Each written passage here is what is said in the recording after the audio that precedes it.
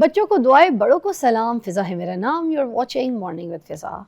नाज़रीन, सबसे पहले जो आज हमारा टॉपिक है उसको हम आपके सामने एलैबोरेट करेंगे, मगर मैं आपको एक बात बताऊं कि मौसम ऐसे चल रहे हैं, जिस तरीके से सिचुएशन है, आपको पता है ड्राइनेस है, बहुत ज़्यादा खुश्की वाला मौसम। ये इस टाइप का मौसम ना मोस्टली सर्दियों में लोग इसको सीवियर तरीके से देख रहे होते हैं, इश्यूज़ आ रहे होते हैं लोगों को।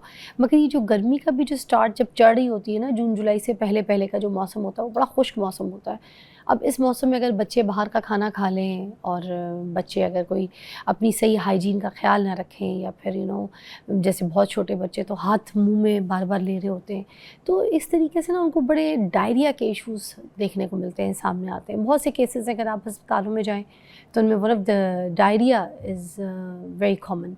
तो आज हम इसके हवाले से बात करेंगे, और जिनको हमने यहाँ पे आज मधु किया है वो हमारे प्रोग्राम में आते रहते हैं, तो आज हम उनसे बात करेंगे। डॉक्टर अली अरशद साहब हैं हमारे पास और चाइल्ड स्पेशलिस्ट हैं, तो हमने इनको मधु किया है। अस्सलाम वालेकुम। वालेकुम अस्सलाम जी, thank you for having me again. Thank you. अच्छा, डायरिया के इश्यूज इस मौसम में देखने को बहुत ज़्यादा मिलते हैं, व्हाई इज़ दैट?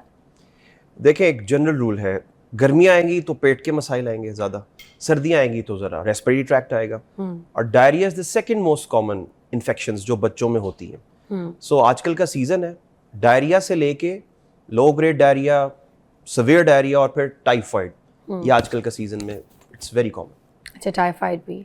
और ये किस एज के बच्चों को ज़्यादा पकड़ रहा है? हर एज में जी, ज़्यादातर आपका आता है 1 ईयर से बियॉन्ड होता है। जब डायरिया की बात करें तो वो तो आप किसी भी एज में आ सकता है, 2-3 माह से लेके ऑलमोस्ट 1 ईयर तक भी आता है। टाइफाइड की अगर बात करें तो वो आता है 1 ईयर से बियॉन्ड ज़्यादा, और ये up to 18 years of life तक चलता है। अच्छा, रीज़न वही है जो आप बता रही थी कि बाहर का खाना, ये सारी चीज़ें आजकल ज़रा थोड़ा सा मशरूबात पे फोकस ज़्यादा होता है, तो इसलिए फैलने की भी वजूहात में से एक कॉमन वजह यही है। अच्छा, बाहर के खाने न ऑल। अच्छा, ये जो डायरिया में बेसिकली बच्चा डिहाइड्रेटेड भी बहुत हो जाता है, ठीक है? जब बच्चे को इस तरह के थोड़े से इन्फेक्शंस लग जाएं या डिहाइड्रेटेड उसकी बॉडी हो जाए, तो बच्चा बहुत लेथार्जिक हो जाता है। उस टाइम पे किस तरीके की सिचुएशन से हम बच्चे को जो है ना नॉर्मल कर सकते हैं? देखिए, क्योंकि पानी भी नहीं पीता बच्चा, तो उसको तो टेस्ट पानी का भी नहीं अच्छा लगता, और साथ में उसको टाइफाइड हो जाए तो फिर अल्लाह ना करे सिचुएशन बिगड़ सकती है। देखिए, जब बच्चे को डायरिया है ना, तो उसका वाटर लॉस होना है और उसके नमकियात लॉस होने, तो ये दोनों चीज़ों को रिप्लेनिश करना ना, मेरे ख्याल में डॉक्टर के पास जाने से पहले भी आपकी स्ट्रैटेजी का हिस्सा होना चाहिए। इसमें वाटर, प्लेन वाटर या निमकोल वाला पानी, ये दो चीज़ें ऐसी हैं कि जो कि आपका हाइड्रेशन भी ठीक कर देंगे और आपका नमकियात भी कुछ हद तक करेंगे। सादा पानी तो सिर्फ आपका हाइड्रेशन ठीक करेगा, मगर जो निमकोल वाला पानी है वो आपका नमकियात और इस तरह के लॉसेस को भी ठीक कर देगा। तो जैसे बच्चे अगर हम स्कूल भेज रहे हैं, अभी कुछ बच्चों के एग्जाम्स चल रहे हैं, आपको पता है कुछ के हो गए, तो ये बच्चे खेलने जा रहे हैं इस मौसम में, बाहर जा रहे हैं, तो उसमें नमक डाल के पानी में हम बच्चों को बॉटल में दें या फिर पिलाएं भी, तो नमक वाला पानी नहीं। देखिए, जो नॉर्मल बच्चा है जिसको डायरिया नहीं है, उसको हाइड्रेशन रखनी है आपने, तो सादा पानी, मैं ये कहूँगा कि इन्वेस्ट कर ले किसी बड़ी थर्मस के अंदर, और घर का हाइजीनिक फिल्टर वाला पानी उनको दे, ताकि वो जाके स्कूल्स के अंदर, यूजुअली जो अच्छे स्कूल्स हैं उन्होंने फ़िल्टर्स लगाए होते हैं और बच्चे वहाँ से पानी पीते हैं, मगर ये सहूलत हर एक को मैसर नहीं है, तो बड़ी बॉटल में सादा पानी सबसे बेहतर है। और कहते हैं कि खीरे के ऊपर अगर रात को पानी पी लो, तरबूज पे पानी पी लो तो बड़ा मसला हो जाता है, अमरूद के ऊपर पानी पी लो, दीज आर ऑल मिथ्स, ठीक है? उससे फूड पॉइजनिंग हो जाती है, कहते हैं। देखिए, हर सीजन के अंदर ना जो फल है वो कुदरत की कोई एक उसमें हिकमत है। ये जो खीरा है, ये जो वाटरमेलन है, मेलन्स जो है, इनके अंदर वाटर कंटेंट नेचुरली ज़्यादा है, इसीलिए अल्लाह ये हमें गर्मियों में देता है। सो किसी भी फ्रूट के ऊपर अगर आप पानी पी लें तो कोई ऐसा मसला मसाइल साइंटिफिकली प्रूवन नहीं है। बड़े बुजुर्गों की बातें हैं कि ये करके ये ना करें तो वो ज़रा कर, अगर आपने थोड़ा सा उनको सेटिस्फाई रखना है तो ना कीजिए, but scientifically you can get as much hydration as you want. खाने से पहले पी लें पानी, खाने के बाद पी लें, फ्रूट से पहले पी लें, फ्रूट के बाद पी लें, टोटली फाइन। और कौन सी ऐसी हम गलतियां करते हैं, मिस्टेक्स, जिसकी वजह से बच्चों को डायरिया हो जाता है? एक तो मैंने कुछ साइंस थोड़े बहुत मुझे लगे कि हाथ गंदे जो बच्चे मुंह में ले रहे होते हैं, बाहर के खाने, ठीक है, कुछ इस तरह की चीज़ें, मगर उसके अलावा भी और कौन सी गलतियां होती हैं जो माएँ स्पेशली कर जाती हैं, जिनकी वजह से बच्चों को डायरिया जैसा सिचुएशंस जो है उनको फेस करनी पड़ती है? जी देखिए, क्लीन हैंड्स तो पहली शर्त है जी, ठीक है? हैंड वॉशिंग अगर है विद सोप है, तो जिस हाथ से बच्चे को खाना खिलाया जाता है, चाहे उसका अपना हाथ है चाहे माँ का है, साफ होने चाहिए, पहली शर्त है। जो ड्रिंकिंग वाटर है वो आपका क्लीन होना चाहिए। उसमें यह है कि जो फिल्टर वाले पानी होते हैं उनको भी आप बेहतर है कि बॉयल करके, ठंडा करके इस्तेमाल कर लें। क्योंकि जो आपके टाइफाइड और जो डायरिया प्रोड्यूसिंग ऑर्गेनिजम्स हैं वो हीट ट्रीटमेंट से ठीक हो जाते हैं। अच्छा, अब घर पे अगर फिल्टर लगा भी हुआ है सो वो हीट ट्रीटेड नहीं होगा अनटिल अनलेस उसमें यूवी रेडिएशन वाला फिल्टर लगा हो। सो अगर यूवी रेडिएशन वाला है it will serve the purpose, और अगर नहीं है तो उबाल के इस्तेमाल करें, ये बेस्ट चॉइस है। तीसरे नंबर पे जब आप आ जाते हैं तो जब आप खाना घर का तो आप हाइजीनिकली बनाएंगे सब कुछ अपनी निगरानी के अंदर, जब आप बाहर जाएंगे तो अनकुक्ड चीज़ें अवॉइड करनी है। अब अनकुक्ड चीज़ों में क्या आता है, स्लशेज हो गई मार्केट प्लेस वाली, कोन आइसक्रीम्स हो गई, बाजार गए और साथ साथ कोन भी चल रही है, साथ साथ शॉपिंग भी हो रही है। ये जो इसके अलावा बाहर मशीनों में लगी जी होती मशीनों हैं, में उनकी बात कर जी रहे हैं उनकी आप? बात वाली आइसक्रीम नहीं इस्तेमाल ओपन करनी। वेंडर्स, जो ओपन वेंडर्स अच्छा अच्छा अच्छा ठीक है। अच्छा, ठीक है। अच्छा फिर आपका तो ये आ फिर गया बाहर की जो तीले वाली कुल्फियां हैं ये भी नहीं? एग्जैक्टली कुल्फी हो गई। चौथी चीज आपकी आ गई जो जूसेस, जो फ्रेश जूसेस मिलते हैं, गोला गंडा uncooked। जूसेस? जी फ्रूट जूसेस जो है, अच्छा, फ्रूट जूस। फ्रूट जूसेस निकाल कुक नहीं ना है, नहीं, वो भी आप अवॉइड करें आजकल। अच्छा दही बल्ले, फ्रूट चाट, ये सब अनकुक चीजें अच्छा, दिल भी इसी मौसम में करता है। करते हैं ना, तो इसी सीजन में फिर हम लोग भुगतते हैं। हाँ, खैर एनीवेज, अच्छा। ये अनकुक चीज अगर आप नहीं लेंगे सो कुक चीजें लेंगे तो ऑर्गेनिज्म ट्रीटेड स्टेरलाइज्ड होगा और खाना अच्छा अब होगा। जैसे कहीं से दिल करता है कि अभी बहुत अच्छी चाट है वहाँ की, कोई हाँ। फ्रूट चाट बड़ी फेमस है, तो फिर वहाँ की हम नहीं खा सकते क्या? ये सिर्फ इस मौसम में हमें स्पेसिफिकली मना किया गया है कि ये वाला जो मौसम है गर्मियों का, ड्राइनेस वाला, इसमें नहीं करनी? देखिए जहां तक कोशिश हो अप्रैल, मई, जून और जुलाई का कुछ में, ये 3 महीने थोड़ा सा केयरफुल रह लें। अच्छा, और अगर खाना बहुत ही शौक आ रहा है खाने का तो किसी ऐसी जगह से खाइए जो चलता हुआ हो, ताकि फ्रेश कटा और फ्रेश आपने खा लिया तो वो तो समझ में आता है, बाज़ का काट कूट के चीज़ें रखी होती हैं तो उसमें कितना ऑर्गेनिज्म कैसे ग्रो कर रहा है दुनिया के कोई लैब नहीं डिसाइड कर सकती इस चीज़ को, तो अवॉइड करें। कुक चीज़ जो मर्जी खाएं, और वो भी चलते हुए रेस्टोरेंट से खाएं, सारा कुछ खाएं। इट्स बेटर कि बजाय आप मुकम्मल परहेज करें ना, इसको स्पेस आउट कर लें, वीकेंड्स पे डाइन आउट कर लें, और वीकडेज के ऊपर आप डिसिप्लिन के साथ घर में बना के जंक फूड दें, कोई मसला नहीं है।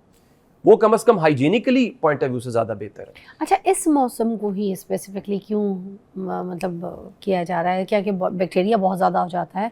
बैक्टीरिया की नशोनुमा बहुत ज़्यादा होती है इसमें, क्या मसला होता है इस वेदर में?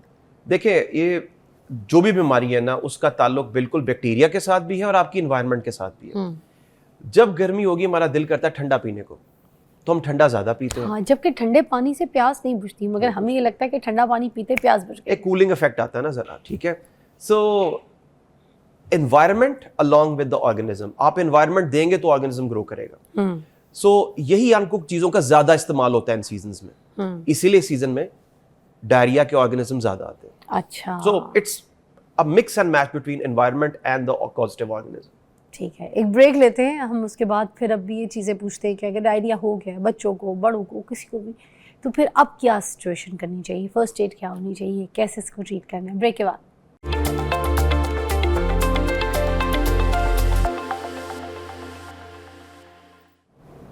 Welcome back, you watching morning with Fiza, और हम यहाँ पर बात कर रहे हैं बच्चों के हवाले से कि किस तरीके से अगर डायरिया हो जाए और बच्चों को हमने ठीक करना है घर पे, सबसे पहले जब सिचुएशनली देखना है तो फिर क्या फ़र्स्ट एड होनी चाहिए? कोई कावा, कोई ऐसी शरबत, कोई ऐसी फकी हम बच्चों को पिला सकते हैं? हम किचन कैबिनेट से कोई चीज़ें निकाल सकते हैं? देखिए डायरिया जो है ना वो हमें तो पढ़ाया जाता है कि उसके डिफरेंट ग्रेड्स हैं, मगर माँ बाप को ये चीज़ें, इन चीज़ों का इल्म नहीं होता। तो let's make things very simple. Diarrhoea की सेवेरिटी आप घर पे कैसे जज करेंगे? सो दो तरह के बच्चे हैं, एक वो जिसको वॉमिट्स बेतहाशा आ रही हैं, ये सिवियर डायरिया हो गया। अच्छा, और एक वो है जो वॉमिट्स नहीं आ रही, डायरिया चल रहा है, एक आधी वॉमिट आई हल्का सा डिहाइड्रेशन की वजह से, तो ये दो तरह के हैं। सो हमने ये देखना है कि कौन सा बच्चा पानी पी सकता है या निमकोल वाला पानी डाइजेस्ट कर सकता है। ओके, तो जो ये वाली कैटेगरी है जो वॉमिट ज़्यादा नहीं कर रहा, उसको आप निमकोल वाला पानी ऑफर करेंगे घर में, यानी इसका तनासुब हम ऐसे रखेंगे कि हर वॉमिट और हर लूज मोशंस के बाद एक, अगर 3 साल से छोटा बच्चा है तो कम से कम 1 से 2 आउंसेस ORS वक्फे के साथ आपने देना है। वक्फे से मुराद क्या है कि आपने चम्मच ब चम्मच करके देना है। उसकी रीज़न क्या है? आपने गट करके पिलाया, इन्फ्लेमेशन हुई हुई है अंदर, वो गट करके बाहर आ जाएगा, एब्जॉर्ब नहीं होगा। हम चाह रहे हैं एब्जॉर्ब हो।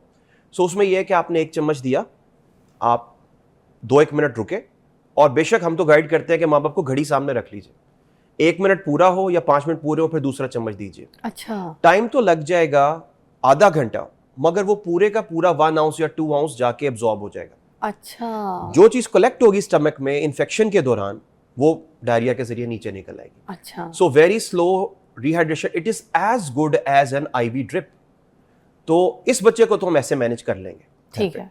उसके बाद आप अपने मुतलका डॉक्टर के पास जाइए जो आपके बच्चे का मॉलेज है और स्पेसिफिक ट्रीटमेंट नहीं लिखवा तो लें। ये वैसे भी ठीक हो सकती है घर पे, या फिर जाना जरूरी है, जी, दिखा देना आपका- चाहिए? What do you say about it? I would say कि 60 to 70% डायरियाज जो है ना वो आपके घर पे ट्रीट हो जाते हैं। हो जाता है। सिर्फ टॉप 20% को आपको मेडिकल एडवाइस जरूरी है। अच्छा, और इस ट्रीटमेंट से अमूमी तौर पे 3 से 4 दिन में डायरिया, जो कि ज्यादातर वायरल होता है, ठीक हो जाता है बच्चों के अंदर। जब 3 दिन से बियॉन्ड आ गया, दैट इज द टाइम कि आपने डॉक्टर के पास जाना है। अच्छा। और जो दूसरी कैटेगरी जो हमने की थी जिसमें वॉमिट्स बहुत पर ज्यादा वो आ रही 3 दिन की सिचुएशन में बच्चा बहुत कमजोर हो जाता है, हाँ, बहुत but अगर- लागर, बिल्कुल सिचुएशनली उसकी तो हालत कमजोर हो जाती देखें, है। आपको किसी भी मौके पे लग रहा है कि अब मेरे बस से बाहर जा रहा है, फौरन चले जाएं, 3 दिन क्यों वेट कर रहे हैं? अच्छा, फिर जा सकते हैं। तो जाएं हाँ। आप। सो जब आपको लगे कि यहां तक मेरा काम है, मैं कर रही हूँ ठीक और हो रहा है, बच्चा ठीक जा रहा है, वेल एंड गुड, नहीं तो फौरन पहुंचिए। और उसके अलावा ये जो इसबगोल वगैरह होती है, इसको इस्तेमाल करवाया जा सकता है जिससे?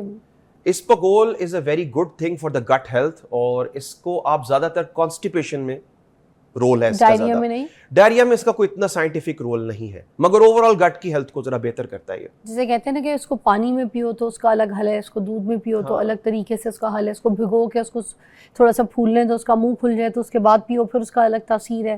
तो ये चीज़ें हैं वैसे। देखिए, आई वुड एडवाइस के जब डायरिया है, लूज मोशन है, तो ये सारा फाइबर है, इसने ना स्टूल का कंटेंट ज्यादा करना है। तो अच्छा। ऑलरेडी स्टूल बहुत ज्यादा आ रहा है, तो उस पे आप जरा थोड़ा सा, ये चीज़ें नहीं इस्तेमाल। सो कॉन्स्टिपेशन में ठीक है। इसका और रोल। लास्ट जैसे कहते हैं ना आप लोग, नरम गज़ा दो, तो ये तो नरम गज़ा में घूम फिर के सब चटनी आपको बताया सबको, तो दलिया, चटनी, केले, ठीक है, और क्या देखिए जी, खिलाया जा सकता है? दही, खिचड़ी, दलिया, केला, ये सब कुछ आप दे सकते हैं, मगर आप नॉर्मल खाना भी बच्चे को ऑफर कर सकते हैं। मिर्च मसाले रोटी, वाला भी सालन, अगर कुछ जी है तो। बिल्कुल। डायरिया के अंदर इट इज रिकमेंडेड कि आप कैलोरिक इंटेक ठीक रखें बच्चे का। अच्छा, सो कैलोरीज अगर प्रॉपर नहीं है तो बॉडी फाइट ही नहीं करेगी। अच्छा, अच्छा, अच्छा। सो हमने इम्यूनिटी को भी ठीक रखना है। आज से करीबन कोई 10 से 20 साल पहले कहते होते थे कि आप नरम ग़िज़ा रखें, हाँ। कैलोरीज को कम रखें, और थोड़ा सा फर्क वैसे कुछ डायरियाज में पड़ता है कि अगर आप एक मील स्किप करें ना तो आपका डायरिया का वॉल्यूम जरा कम हो जाता है। मगर बच्चों के अंदर ना डायनामिक्स और है, बच्चों ने जल्दी जल्दी खाना होता है, थोड़ा थोड़ा खाना होता है, बार बार खाना होता है, तो उसमें आप बेहतर ये है कि आप कुछ ना कुछ ऑफर करते रहें उनको। चलें, ठीक है, थैंक यू सो मच, बहुत अच्छी तरीके से एलैबोरेट किया। अपने बच्चों का ख्याल रखिए, खुद अपना भी बहुत ख्याल रखिए, क्योंकि डायरिया जो है ना जब आपको हो जाता है तो आप इस काबिल ही नहीं रहते कि आप उठ के कोई काम कर सकें, ना कि आप किसी घर वालों का ख्याल रख सकें या फिर अपनी जॉब देख सकें।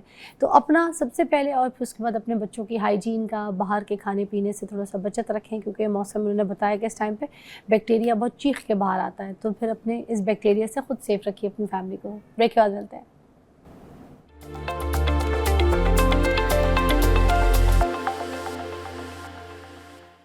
Welcome back, you watching morning with Fiza. अभी हम जिस टॉपिक पे बात करेंगे नाज़रीन, वो बिजली के हवाले से। हम अपने घर में हर तरीके से बचत करने की कोशिश करते हैं, ऐसे ही है ना, मगर उसके बावजूद हमें ना बिजली बहुत तंग करती है। अब बिजली के जो अखराजात हैं वो इस तरह से है कि अगर हमने इस्त्री इस्तेमाल करनी है तो हमारे दिमाग में ये रहता है कि इस्त्री सबसे ज़्यादा बिल लेती है, ठीक है, तो फिर अब इस्त्री का जो है ना टाइम कम होना चाहिए, जल्दी जल्दी इस्त्री इस्तेमाल करो, और किस वक्त करो, कौन सा टाइम होता है जिस वक्त यूनिट जो है नॉर्मल होते हैं। पता नहीं क्या क्या ऐसी सिचुएशंस हैं लोगों के घरों में। मैं कभी चली जाऊँ तो मुझे सुनने को मिलती है जहाँ पे लोग कहते हैं कि भाई 300 यूनिट से जो नीचे है ना, अगर बात करें तो उस पर भी जो है ना मैनेज करना बहुत ज़्यादा मुश्किल हो जाता है। फिर अगर गीज़र चल रहा है, किसी का इलेक्ट्रिक गीज़र है, तो चीखना शुरू कर देंगे, बंद करो, हो गया, पानी गर्म हो गया, बस अब बंद कर दो, ठीक है। AC चल रहा है तो AC भी 16 पर अगर AC चलाया हुआ है तो उसमें ये नहीं देखते कि भाई अगर 16 पे AC अगर आपने ऑन किया तो वो तो ज़्यादा ठंडी हवा नहीं फेंकेगा, सिर्फ आपने जो कंप्रेसर है ना AC के, उसके चलने का टाइम बढ़ा दिया कि अब वो ज़्यादा चले। अब ये आपको क्या इससे पहले ये बात पता थी कि 16 नंबर पे AC चलाने से AC तेज़ नहीं होता है, बल्कि AC का कंप्रेसर जो है वो फास्ट कर देते हैं कि वो देर तक चलेगा? नहीं पता था ना, तो ये मैंने आपको बताया। आज से AC आप जो है ना अपना 16 पे नहीं चलाएंगे। मेरे पास ज़बरदस्त मेहमान मौजूद है जो आज इसको एलेबरेट करेंगे, और वो है इंजीनियर असद महमूद साहब जो कि आज इस पे एनर्जी एफिशिएंसी एक्सपर्ट भी हैं, तो हमें गाइड भी करेंगे। अस्सलाम वालेकुम। वालेकुम अस्सलाम जी, कैसे हाउ हैं आप? यू? ठीक ठाक, शुक्र अल्हम्दुलिल्लाह। तो आप तो एनर्जी एक्सपर्ट हैं, एफिशिएंसी एक्सपर्ट हैं, आप हमें सही तरीके से गाइड कर सकती हैं। जो बातें मैं कर रही थी, जो 16 पे एसी चलाने वाली बातें, पहले यहीं से शुरू कर लेते हैं। आपको पता है लोग मोस्टली 16 पे चलाते हैं जी कि बिल्कुल। अब तेज़ हो जाएगा ठंडा इसको। अब हम यहाँ पे भी बैठे हुए ना, कुछ लोग 16 पे नहीं है ये वाला एसी, इसको तेज़ करो। You know? बिल्कुल एक माइंडसेट बन चुका है ना मार्केट में कि जी जो मिनिमम टेम्परेचर एसी का है माइट हाँ। भी अगर 16 से नीचे जा पाता है तो लोग 0 डिग्री भी करके बैठ जाते हैं, हाँ, लेकिन हाँ। 0 तो कभी नहीं मिल सकता ऐसे ही आपको। है। तो यही चीज़ है कि बाहर दीगर मुल्कों में तो जो है ना एक टेम्परेचर सेटिंग हो चुकी है, बहुत से मुल्क स्टैंडर्ड्स के अंदर ही शामिल कर चुके हैं कि जी 26 डिग्री या 24 डिग्री से नीचे ना जाए। तो ये तो हमारी डिज़ाइन कंपनीज़ या अरबाब इख्तियार इदारे जो इस तरह अगर करेंगे तो बेहतर होता। अभी जैसे गर्मियों का सीज़न है मिसाल के तौर पे, तो हम बेशुमार लोगों से पूछेंगे यार आप कंबल लेते हो रात को से एसी लगा के, कहेंगे हाँ जी हम लेते हैं, कंबल भी लेते हैं, हमारी तो नींद ही नहीं आती कंबल के बगैर। मीन्स कि अगर गर्मियों में भी आप कंबल ले रहे हैं तो आप यूर चिलिंग योर आपका जो कमरा है उसको ज़रूरत से ज़्यादा ठंडा कर रहे हैं। जो बॉडी इंसानी फितरत ये है कि 26-24 डिग्री के ऊपर भी वो बेहतर कंफर्टेबल फील ऐसे ही करता है, है। ऐसे ही बॉडी तो- का टेम्परेचर भी ठीक जी। नहीं रखते, हाँ जी। मेडिकली फिट नहीं रहते, और उसके बाद कमरे का भी फिर टेम्परेचर पट्टों के आपका दर्द ठीक की नहीं। बात आ जाती है, फिर सर दर्द की बात आ जाती है, थर्मल हाँ। शॉक्स लगते हैं अगर एक्सट्रीम गर्मी से जो है ठंड में जाएंगे जल्दी से ज़्यादा ठंडे के चक्कर में, तो फिर तो ये होगा ना जी। हाँ सही कह रहे हैं। तो अब मुझे बताइएगा कि ये जो बिजली की बचत है वो किस किस तरीके से किस किस टाइम पे की जा सकती है और किस तरह की जा सकती है? हाँ, इसमें देखें सबसे पहले जिस तरह अभी आपने बड़ी अच्छा इब्तदाइया दिया है कि जी जो है ना परेशानी के डिफरेंट आपने सिनेरियोस बताए, मंजर कशी की है, तो और आपकी भी ग्रिप लगता है कि बड़ी अच्छी है सब्जेक्ट पे, और आप यकीनन खुद भी जो है ना बहुत अच्छी प्रैक्टिसेस अप्लाई कर रहे होंगे जिस तरीके से आपने बात शुरू की। और छोटी चीज़ें हैं बड़ी लेकिन बड़ा मायने खेज है। मैं कुछ को ज़रूर जो है आम आवाम के लिए डिस्कस करना चाहूँगा कि सबसे पहले एक बिजली का यूनिट होता क्या है। ठीक है जी, मिसाल के तौर पे इस्त्री भी अगर आप ऑन ऑफ करने से बिजली का एकदम से यूनिट नहीं घूम जाता कि एक यूनिट निकल गया, तो एक मिसाल के तौर पे 100 वाट का बल्ब है अगर, तो वो पूरा अगर 10 घंटे चलेगा, ठीक है, तो वो आपका बिजली का एक यूनिट खाएगा। तो अब ये तरीका ये है कि डेली आपके घर के अंदर जितने भी आलात हैं जो बिजली की खपत करते हैं, तो उन सारों के हर एक की वाटेज होती है।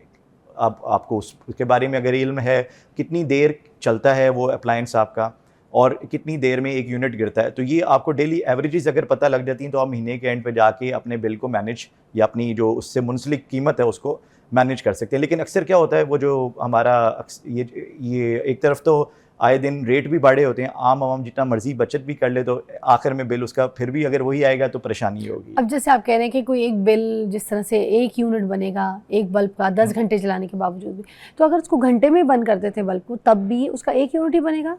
नहीं एक सवाल नहीं, वो आप ये समझेंगे उसका जो एक घंटा चला उस 10 घंटे लगातार अगर वो 10 दिन एक घंटे चले तो फिर एक यूनिट गिरेगा। मतलब 1000 वॉट की जी कोई ऐसी चीज अगर 1 घंटा चलेगी तो फिर एक यूनिट नहीं बनेगा। 1000 वॉट की जो है आपकी 1000 वॉट की 1 घंटा चले तो फिर आपका एक यूनिट गिरेगा। मिसाल के तौर पे एसी ले लें आप, ये इन्वर्टर पंखे जो आ गए हैं हाँ अब, ये कितनी कोई बचत कर लेते हैं। आम पंखा जो सादा पंखा चलता था, अब पंखों में भी इन्वर्टर पंखा, ये कोई बिजली के बिल में फ़र्क डालते भी हैं या बस ये इन्वर्टर कंपनियां बेचने के लिए जो है ना इन्वर्टर चीख रही हैं? देखिए इन्वर्टर एसी आए, इन्वर्टर पंखे आए, मेन उसमें ये होता है कि आपका जो वो करंट को कंट्रोल करते हैं या आपकी जो स्पीड है, इनफैक्ट आपको पंखे में से हवा चाहिए।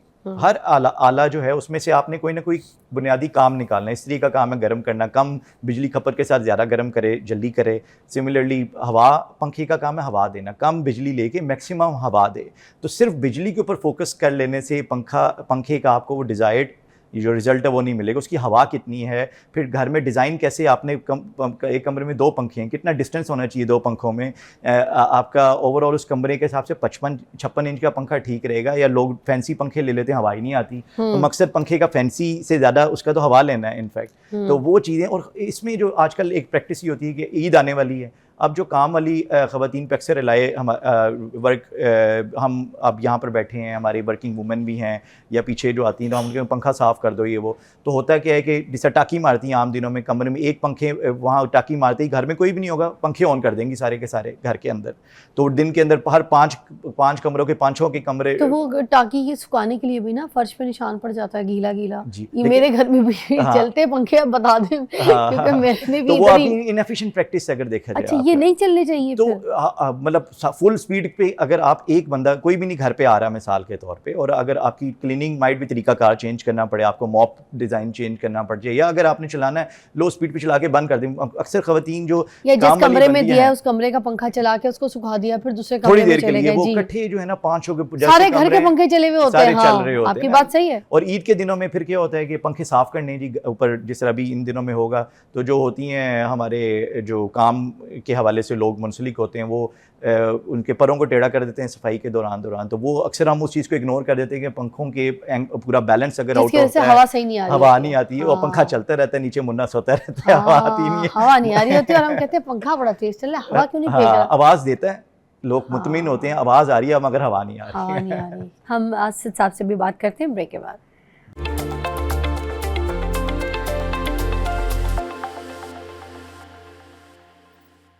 Welcome back. हमारे साथ असद साहब मौजूद है। हम बात कर रहे थे वॉशिंग मशीन के ऊपर।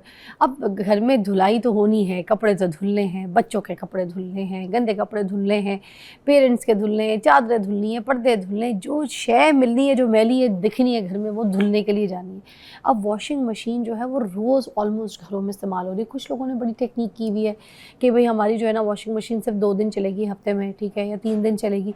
मगर 2 या 3 दिन भी अगर चल रही है ना तो उसका टाइम तो उतना ही लग रहा है। आपको मेरी बात समझ आ रही है कि अगर सफ़ेद कपड़े पहले डालने हैं वो उसकी अलग मशीन चल रही है, रंगीन कपड़े डालने हैं उसकी अलग चलनी है, टावल अलग धुलने उसकी अलग, चादरें अलग धुलनी है उसकी अलग टाइमिंग। तो अब कहने का मतलब है जितनी चीज़ें फिर उसकी भी टाइमिंग आगे और मल्टीप्लाई हो जाएगी।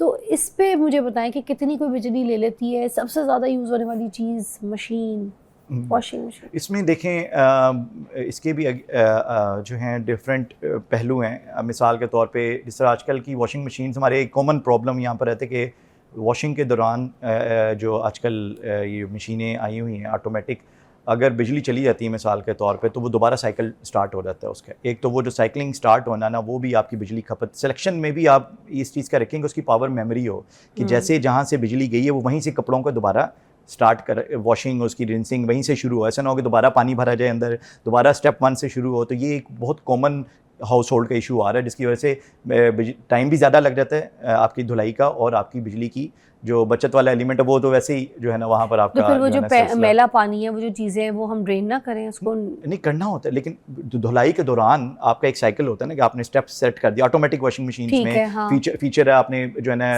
सेटिंग कर दी। उसके बाद जैसी बीच में खुदा न खास्ता बिजली की फ्लक्चुएशन आती है, लोड शेडिंग होगी, जैसी बिजली आई तो आपकी बाद दफ़ा वॉशिंग मशीन स्टेप 1 से शुरू कर देती हैं। दोबारा वो जो आपने कोड एंटर किया होता है या प्रोग्रामिंग, वो वहीं के वहीं उसका ऑफसेट हो जाती है। मेमोरी के अंदर वो रहता ही नहीं है कि कहाँ उसकी लास्ट जो है ना धुलाई रुकी थी बिजली जाने से पहले। तो आपको नए सिरे से रीस्टार्ट करना पड़ता है। आप उसमें भी परेशानी होती है लोगों को कि हम इसको स्टार्ट कहाँ से करें, दोबारा पानी भरा जाएगा, दोबारा धुलाई का पहला प्रोसेस आएगा, रिंसिंग का, वो जो उसके अपने स्टेप्स होते हैं इनफैक्ट। तो एक तो उसमें जो नए ख़रीदने जा रहे हैं उस चीज़ का ज़रूर ख्याल रखें, और जो पुराने हैं जिस तरह अभी आपने बात की कि उसको दौरानिया जो लग जाता है, इसमें आपका जो ख़ास तौर पे जो ड्रायर का इस्तेमाल है, या आपकी जो अक्सर क्या होता है जो सेपरेट ड्राई करते हैं, तो लोग कहते हैं कि सन का इस्तेमाल करें ना। आप पूरा कपड़ों को सुखाना है तो आप अल्लाह की तरफ से दी हुई जो नेचुरल लाइट है आजकल की जो बीवियाँ वो कहती हैं कि ये जो धूप में कपड़े सुखाएंगे तो उसका रंग निकल जाएगा, हमारे कपड़ों की शाइन ख़त्म हो जाती है, टावल सुखाओ तो वो अकड़ जाते हैं, कपड़े ख़राब हो जाते हैं, जीन्स बुरी हो जाती है, शर्टें अकड़ जाती हैं। तो इस वजह से हम लोग जो है ना उसको शैलो बिल्कुल ऐसे ड्राई करते हैं कपड़ों को। पहले तो ड्रायर भी बहुत इस्तेमाल करते हैं, मतलब देखें सर्दियों में बनता था ड्रायर का इस्तेमाल वॉशिंग मशीन। अब तो जिसके घर पे जाओ तो ड्रायर वो गर्मियों में भी इस्तेमाल करवाते हैं अपने काम वालों से। ऐसे ही है, वो जल्दी काम करने के जी भी जल्दी शाम तक सूख जाएं कपड़े, और सुबह टांगे तो शाम को उतार दें, तो और शाम को इस्त्री भी करो, काम निपेटो, उस चक्कर में अपनी बिजली भी खुद ही बढ़ा रहे हैं। हाँ, लेकिन ये है कि अगेन आपके जितने अप्लायंस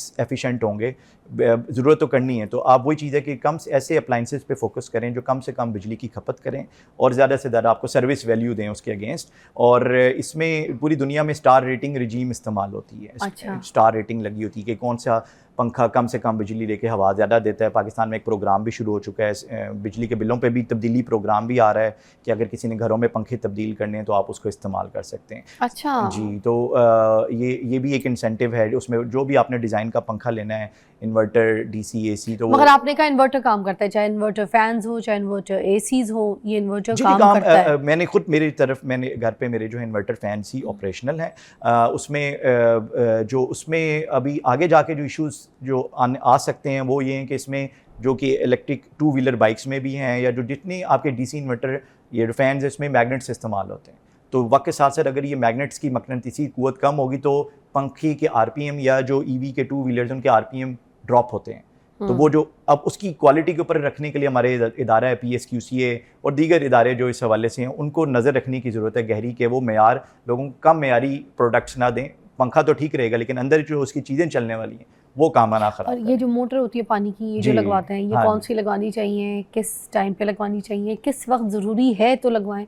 कुछ लोगों के घर में पानी नॉर्मल आ रहा होता है मगर फिर भी वो जैसे अगर नया घर खरीदेंगे तो कहेंगे कि नहीं मोटर आपने अपनी खुद लगवानी है। तो वो बंदे शिफ्ट होते हैं तो फिर सबसे पहले जो ना मोटर का इंतखाब करते हैं, मोटर लगवानी है, या घर बना रहे हैं तो मोटर लगवानी है। समटाइम्स पानी नॉर्मल भी आ रहा होता है मगर बहुत स्पीड के लिए मोटर्स का इस्तेमाल किया जाता है, या फिर ऊपर वाले पोर्शंस में पानी ना जाए तो मोटर का इस्तेमाल किया। तो ज़रूरी है लगाना चाहिए क्या? ये डिपेंड करता है। जिस तरह आप कॉलोनी में रहते हैं वहाँ पर सेंट्रल टंकी होती है, आपको पानी के टाइमिंग्स हैं, आपके खुद ब खुद नीचे टैंक में भरता है पानी, फिर लोग नीचे से उठा के ऊपर डालते हैं। तो ऐसी जगहों पे जो आपकी मोटर है वो आपके DC मोटर्स भी आ चुकी हैं, ब्रशलेस मोटर्स या सबमर्सिबल मोटर्स। तो कौन सी मोटर फिर सही है जो लगवा लेनी चाहिए? मतलब आपकी उस एप्लीकेशन के हिसाब से, जहाँ पर आप जिस तरह आपका बोर वेल अगर किसी का, तो लोग सबमर्सिबल मोटर्स पे जा रहे हैं और वो भी इस नीयत से जा रहे हैं कि पानी का वाटर लेवल ड्रॉप होता चला जाएगा, मोटर हर दिन तो नहीं खरीदी जा सकती, तो ऐसी मोटर बड़ी ही ले लो। पहले कुछ लोग इसलिए ओवरसाइज मोटर ले लेते हैं कि जैसे जैसे पानी का लेवल नीचे जाएगा तो वो नीचे उसको डेप्थ को बढ़ाते रहेंगे तो पानी चलता, उस अल्टीमेटली जाने में वो उनका एक लॉस भी चल रहा होता है। अच्छा। ओवरसाइज मोटर या ओवरसाइज कोई भी अप्लायंस लें तो वो अंडर लोड चलेगा तो it is going to give you a loss in that. अच्छा ठीक है। और ये मुझे बता दीजिएगा कि मोटर कितना टाइम निकाल देती है वैसे? मोटर आपका नहीं, मोटर का डिपेंड करता है कि उसकी जो पावर है या उसने फ्लो देना हो। तो मोटर का आउटपुट क्या होता है, पानी का फ्लो, कितने सेकंड्स या मिनट लेके कितना फ्लो देते हैं।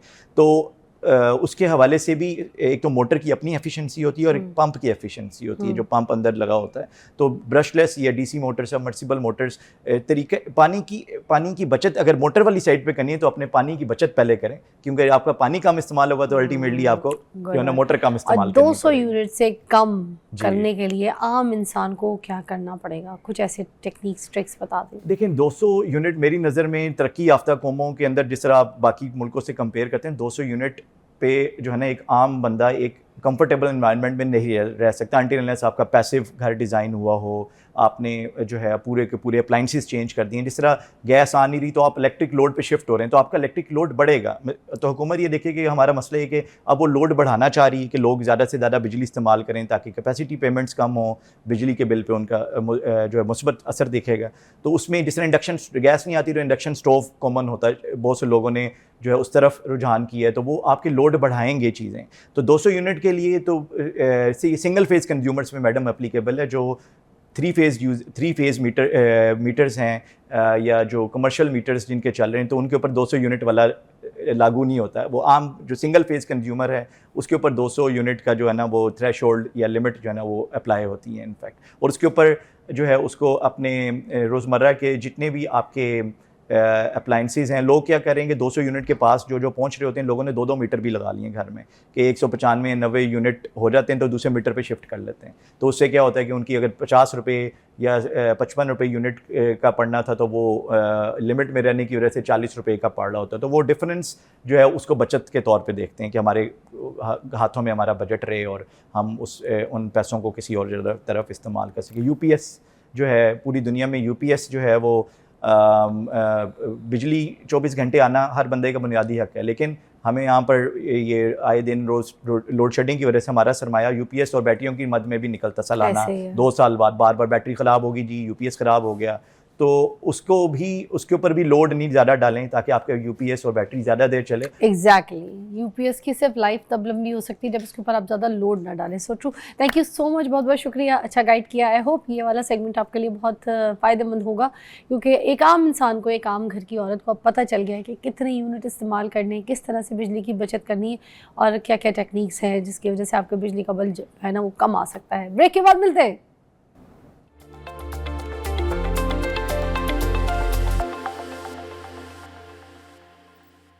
Welcome back, you watching morning with Fiza. नाज़रीन, अब हम बात करेंगे आपके फेवरेट सेगमेंट पे, मतलब कि नईमा जी हमें ज्वाइन कर चुकी हैं और आपको पता है नईमा राव आपके लिए ऐसी ऐसी चीज़ें लेकर आती हैं कि जो मैं कहती हूँ हर जगह पे, हर जगह जहाँ जाओ वहाँ पे वो रील के बारे में डिस्कस हो रहा होता है कि नईमा जी ने वो बनाया था, वो कैसे बनाया था, नईमा जी ने वो चीज़ बताई थी। उसके बाद मैं कहती हूँ भाई आप जाके रील देख लें, क्योंकि वो 10 चीज़ें मुझे बताती हैं तो मेरे यहाँ से निकल भी जाती है, भूल जाती है। वो बीमारी या कोई ऐसी चीज़ जो मेरे कोई जानने वाले या किसी में, या मुझे कोई किसी चीज़ का मसला हो तो मैं तो पूछ लेती हूँ सामने, वो मुझे याद रहती है। बाकी चीज़ें मैंने कहा मुझे भूल जाती है। अब आपको जो चीज़ लगता है कि आपको किसी में किसी चीज़ का इशू चल रहा है, आपकी फैमिली में कोई एक कोई टेंशन चल रही है, तो उस हिसाब से हमेशा कोई रेसिपी बनाई जा रही होती है तो आप उसको फोकस करते हैं। तो इसी तरीके से ये रील्स हमारे सोशल मीडिया पे हर जगह अवेलेबल होती है, कहीं कुछ मिस कर जाए तो आप वहाँ जाके देख लिया कीजिए। मगर ऑल द वे अब नईमा जी हमारे साथ हैं और आज बहुत सारी चीज़ों का इलाज लेकर आई हैं। अस्सलाम वालेकुम। वालेकुम अस्सलाम। क्या बता रही थी? गुलाब का जूस लेके आई। गुलाब का जूस मैंने पहली मर्तबा सुना है। हाँ, बहुत सारी ऐसी चीजें हैं जो आपने मेरे होते हुए पहली दफा ही सुनी है। हाँ, मैंने गुलाब का मतलब गुलाब का अर्क सुना था, नॉट द जूस। पता है क्या रिक्वायरमेंट होती है कि हम क्या लगाएं, हम कैसे लगाएं, हम रातों रात गोरे हो जाएं। तो सबसे पहले आज मैंने जिस बात को फोकस किया, जिस बात का ख्याल किया है, तो वो ये है कि इनर ब्यूटी। ठीक है, आपके लिए मैं ऐसा एक आज ओरिजिनल शरबत लेके आई जो रात ही मैंने अपने हाथों से बनाया है। ठीक है, हाँ। रात ही मैंने अपने हाथों से देसी गुलाब का शरबत, अच्छा। देसी गुलाब का, हाँ जी बिल्कुल देसी तरीके से मैंने शरबत बनाया। बहुत ही आसान है, जब बना के दिखाऊंगी आपको तो आप झटपट ऐसे पलक झपकते में बना लेंगे। ठीक है, अच्छा। उसका सीक्रेट भी बताऊंगी कि जो लोग नहीं बताते हैं, मैं बैठी हूँ, मैं सीक्रेट भी बताऊंगी कि उसका कौन सा ऐसा सीक्रेट है कि जो लोग छुपा लेते हैं। आज आपके शो पे ये भी डिस्क्लोज होगा। मगर उसके लिए गुलाब की पत्तियां हमें चाहिए होंगी। हाँ डेफिनेटली, गुलाब भी लेके आई हूँ, सारा सब कुछ लेके आई हूँ, लेकिन मैं शरबत भी बना के लेके आई। तो मैंने आज इनर ब्यूटी का ख्याल किया कि आप गुलाब का शरबत पिए। ठीक है, वो दिल को तकवीयत तो देता है, ठंडक तो देता है, हमारी हिद्दत को खत्म करता है। ठीक है, अच्छा। कम करता है। और दूसरी उसकी जो बड़ा फायदा वो ये है कि हमारे जो चीक्स हैं गुलाब पी के गुलाबी हो जाएंगे। वाह, ठीक है। अच्छा, तो ये ताज़ा गुलाब के पत्ते ताज़ा से गुलाब, आते हैं ना? ताज़ा गुलाब। आपको पता है मेरी शादी हुई ना हाँ। इजाज़ से, तो हमें किसी ने पिंडी बहाउद्दीन बुला लिया। तो वो हमें रास्ते में पड़ा, क्योंकि हम लोग गुजरावाला गए हुए थे, तो हमने कहा चलो हमारा टाइम बच जाएगा, लाहौर वापस आए तो वहीं चले जाते हैं। तो रात के 3 बजे हम उन फैमिली के पास चले गए। और जब हम वहाँ पे गए तो जैसी गाड़ी अंदर एंटर हो रही थी तो लोगों ने हम पे फूल मारना शुरू कर दिया। अच्छा, अब हम परेशान ये कि हमने तो इनको अभी अभी बताया है, तो ये फूल इतनी आधी रात को ये लोग लेकर कहाँ से आए? तो वो छोटा सा बच्चा उनके घर में कहीं था, मुझे भी कुछ सूजी, मैंने कहा बेटा ये फूल कहाँ से लेकर आई थी मामा आपकी? वो आगे से मुझे बताता है हमारे पीछे कब्रिस्तान है, अब्बा गए थे, अब्बा जाकर कब्र के ऊपर से लेकर आए। और बाद में मुझे इतनी हैरत हुई, गाड़ी में बैठ के मैंने कहा इजाज़ तुम्हें पता है आप पे कब्र के फूल फेंके गए थे उठा के? दिखाई तो मेहमान नवाजी थी, मगर चुप के जो है ना कब्र। नहीं, उन्होंने तो ये किया ना, चलो एक वो जाया नहीं होने दी, इधर से उठाए उधर इस्तेमाल कर लिया, उधर से भाईजी की क्या बातें करी। लेकिन फिर भी मैंने करी, इसलिए शुरू में था, इसलिए तो कहा था। फिर क्या मुझे बता दे, इस शरबत के लिए हम कब्र ताज़ा के फूल गुलाब, इस्तेमाल कर आपके ताज़ा गुलाब होंगे। ठीक है, और आपने अपने गार्डन से ले लेने या आप बाहर से ले लें जहाँ से हमें फूल मिलते हैं, कब्रिस्तान वाले गुलाब ले लीजिएगा। ठीक है, मुझे हंसा दिया, कितने मुझे बातें याद आ गई। अच्छा चले, इसके अलावा और क्या क्या चीजें? इसके अलावा देखिए, फिर यूरिक एसिड का बहुत बड़ा मसला होता है। ठीक है, होता ये है कि हमारी बॉडी में पहले यूरिक एसिड चल रहा होता है, आखिर में क्या होता है कि एक बोटी खाई, वो बोटी बदनाम हो गई कि गोश्त खाया था इसलिए यूरिक एसिड हो गया। हाँ। चले, अगर आपको यूरिक एसिड बॉडी में है, किसी किसी को, जिस तरह हमें शुगर है हम कंट्रोल रखते हैं, इस तरह यूरिक एसिड को भी कुछ परहेज होते हैं, कंट्रोल रखना पड़ता है। ठीक है, लाइक शुगर। हाँ, लाइक शुगर। ठीक है, लाइक ब्लड प्रेशर, ये कोई डिजीज Controlled तो नहीं है ना? management हाँ, रखना ये चाहिए। डिजीज नहीं है, इनको कंट्रोल करना पड़ता है, इनकी वजह से डिजीज हो जाती है। ठीक है। तो आज मैं हमेशा कहवा बताती हूँ यूरिक एसिड वालों के लिए, लेकिन आज यूरिक एसिड वालों के लिए एक ऐसा ड्रिंक लेके आई हूँ, ऐसा अनोखा ड्रिंक है कि जिसको अगर आप आज से ही पीना शुरू कर देंगे तो इंशाल्लाह आप जो ईद आ रही है, बड़ी ईद, बकरा ईद जिसको बोलते हैं, आप खुल के गोश्त खाएंगे। वाह, अच्छा। और फिर गोश्त से ही जुड़ी एक सकाफत है, ठीक है, जो कि आजकल बड़ी मशहूर हुई है कि है वो इधर की, कौन सी जगह की है, हीरन जंग अच्छा। की, हाँ जंग की है, ठीक है। तो वो जंग में हीर रांझा, ठीक है ना, रांझा गोश्त बहुत चला हुआ है, लोगों ने उसको पता नहीं क्या मरोड़ तरोड़ के कैसे कैसे बना के पेश कर दिया। हाँ। आज ओरिजिनल रांझा गोश्त की रेसिपी इधर बनाऊंगी मैं और आप लोगों को दिखाऊंगी। ये किसी गांव में अपनी बैठक में भी खिलाते हैं ना? हाँ, बैठक वहीं से असल में जहाँ पे बैठक में खिलाते हैं ना, आई थिंक सो कि वहाँ शायद ओरिजिनल बनती हो। और अब ब्रेक के बाद हम चलते हैं वहाँ पर, पान का जूस भी पीते हैं, गुलाब का जूस भी और पीते ये हैं, रांझा गोश्त भी हम, और गुलाब का जूस सबसे पहले शुरू करेंगे वहाँ से। ठीक है, चलिए ब्रेक लें।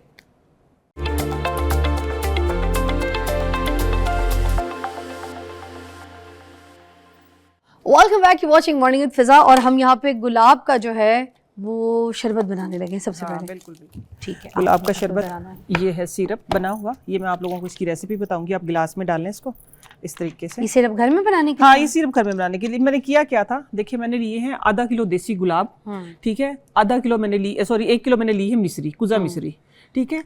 हाँ, देसी गुलाब लेके आपने धो के साफ करके, ये निकालने निकूलने की कोई जरूरत नहीं, बताते ना कि निकाल नहीं, आपने सिंपल पानी में इनको सोक करके रख देना आधे घंटे के लिए, और साथ में मिश्री डाल देनी है। मिश्री डाल के ये पक जाएंगे, सही मेल्ट हो जाएगी मिश्री अंदर, ठीक है। तो आपने अच्छे तरीके से ये स्टेन कर लेने हैं।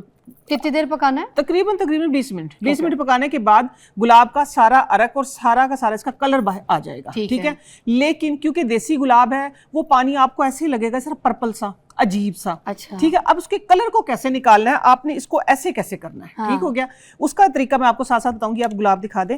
सबसे पहले मैं इसके अंदर ये देखें गुलाब का सिरप ये मैंने बनाया हुआ है, इसके फायदे भी साथ साथ बताऊंगी। ये ऐसा बनेगा, सही है फिजा, ये ऐसा बन गया। इसको अब करना क्या है फिजा आपने, कि इसके अंदर इसको ठंडा करने के लिए इसके फायदे जो हैं वो ये हैं कि आप जब इसको पिएंगे ना, एक तो ये दिल को तकवीयत देता है। इसमें से मिश्री है? मिश्री, सिर्फ मिश्री है। और इसका कलर निकालने के लिए जो चीज़ है वो एंड पे बताऊंगी पूरी, अच्छा। ये देखते रहें आप, ठीक है। इसका कलर आपने कैसे निकालना है, ये देखें। इसके अंदर आपने डाल लेना है एक, ये मैंने गूंद कतीरा, तुख मलंगा और साथ में चिया सीड, ये सोक करके रखना है। ये आपकी दिल को तकवीयत देगा। जो खून में हिद्दत होती है, खून में हरारत होती है, जो हाथ पांव हर वक्त जलते हैं आपके, ठीक है, हाथ पांव हर वक्त जलते हैं, इंशाल्लाह जब आप इसको पिएंगे ना, अपनी जिंदगी का हिस्सा बनाएंगे, तो आप देखेंगे कि सिर्फ आपके दिल को ताकत नहीं मिलेगी, आपके गुलाब का शरबत पीने से आपके गाल गुलाबी हो जाएंगे, ठीक है। आपके गाल जो है वो अच्छी तरह गुलाबी हो जाएंगे और आप देखेंगे कि एकदम से, ये देखिए इसके अंदर हमने क्या किया, ये डाल दिया बर्फ। अच्छा, हाँ, मैं बर्फ इसीलिए लेके आई थी। और साथ में अच्छा, मुझे मिश्री की मिकदार नहीं बताई आपने, दोबारा से उसको भी बता आधा किलो गुलाब, आधा किलो ठीक है, 1 किलो मिश्री आपने डाल ली, डाल के आपने उसको पका लिया, ठीक है। आधा तकरीबन 20 से 25 मिनट पकाएं, ठीक है। 20 से 25 मिनट पकाने के बाद फिजा आपने ये करना है कि वो पर्पल सा जो पानी होगा, ये देखिए, ये गुलाब का शरबत जो है, इसमें 2-3 हम पंखुड़ियां जो हैं वो गुलाब की डाल देंगे। ये देखें, मेहमानों को भी दे सकते हैं। जी जी, मेहमानों को दें, अपने बच्चों को दें, खुद पिए, गर्मी से बचें। अरबिक शरबत, अरबिक शरबत, ठीक है। बेसिकली अरब में मैं गई, अरब में इससे की चीजें देखने को मिलती है, ठीक है। अच्छा, अब इसका जो पर्पल सा, कासनी सा, जामनी सा एक कलर आएगा, उसको आपने कैसे करना है कि इसको ये दोबारा सेम कलर आए, तो आपने थोड़ा सा इसके अंदर या तो सिरका डाल दें 2 चम्मच। जैसे ही आप 2 चम्मच सिरका डालेंगे ना, वो जो पर्पल कलर होगा वो फौरन से ये रेड पिंक कलर बन जाएगा। या आप, अगर आपके पास लेमन है तो आप लेमन डाल दें, सिरका ज्यादा बेहतर है। 2 चम्मच सिरका डालेंगे और ऐसे जादू से कलर चेंज हो जाएगा, ठीक है।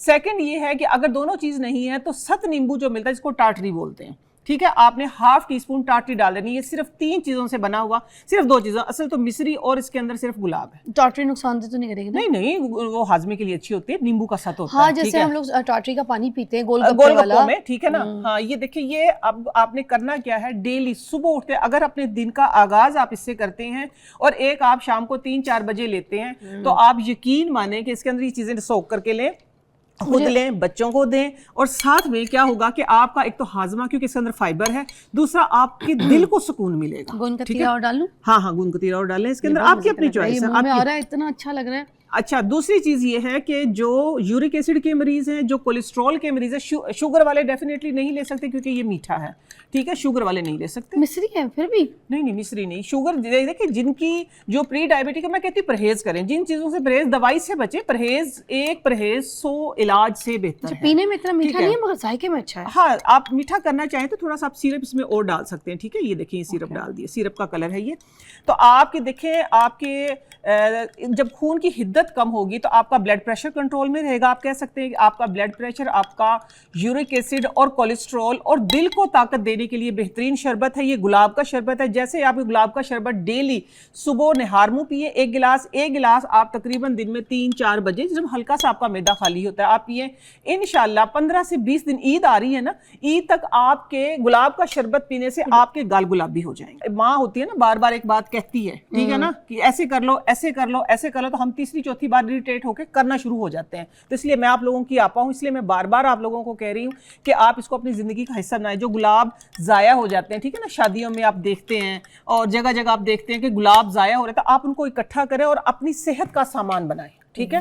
बहुत आसान है। इसमें स्किन पे भी कोई फर्क आएगा? मैंने यही बताया ना कि स्किन पे ग्लो, आपका अंदर हिद्दत कम होगी, जिसकी वजह से आप क्या कहते हैं, हाथ ये गर्म रहते हैं, हथेलियां गर्म रहती है, ब्लड प्रेशर हाई रहता है, जिसकी वजह से आपकी स्किन के ऊपर इफेक्ट आता है। जब आपके खून की हिद्दत खत्म होगी, आपका अंदर फ्रेश होगा, तो ठीक है, आपका यूरिक एसिड, आपका ब्लड प्रेशर, मीन्स कि आपका अंदर सुकून में होगा। तो गुलाब का शरबत ये है, गुलाब का शरबत पीने से आपके जो गाल हैं ये बिल्कुल गुलाबी हो जाएंगे। आप ये कह सकते हैं कि ये वाले जो गुलाब है ना, आपके गाल पे लग जाएंगे, ठीक है ना, इतने पिंक हो जाएंगे, ठीक है। हाँ, ये वाले जो गुलाब है आपके गाल पे लग जाएंगे। You must try this out। इस गर्मियों में एक नया शरबत मेहमानों को भी दीजिए, बेटियों को पिलाइए।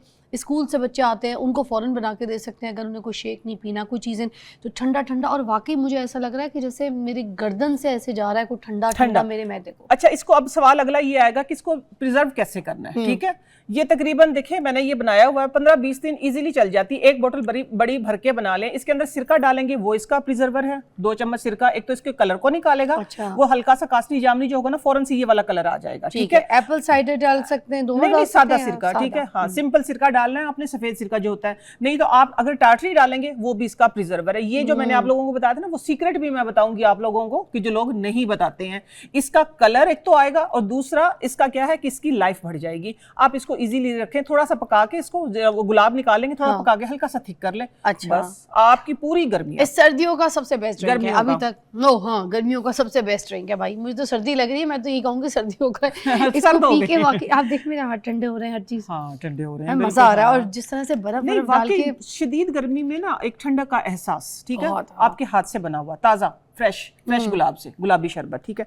अच्छा जी, अगली चीज मैं आपको जो बताने लगी हूँ कि अब गर्मियां हैं, ठीक है। एक आपने सुना था पिछले दिनों भी, आपको मैंने बताया था कि पान की चाट बनती है, ठीक है ना। हम पान को सिर्फ पान के तरीके से पता है कि हमने या तो वो पत्ती, क्या कहते हैं उसको, तंबाकू शबाकू डाल के खाते हैं लोग, या क्या करते हैं कि आप लोग उसमें क्या दूसरी छालिया, सुपारी, ये इस तरह की चीजें डाल के, यानी मीन्स के एक हेल्दी चीज, उसको अनहेल्दी किया हुआ है हमने, ठीक है। आज हम उसको हेल्दी तरीके से ही कैसे इस्तेमाल करेंगे, जरा डिफरेंट तरीके से। अभी छोटी ईद पे आप लोगों ने पान की चाट खाई थी, आज मैं आपको पान खिलाऊंगी नहीं ना, पान की चाट खिलाऊंगी, बल्कि मैं आज आप लोगों को पान पिलाऊंगी। तो फिर ब्रेक के बाद पीते हैं। आइए, पान पिए कभी तो पिलाए, आ जाए।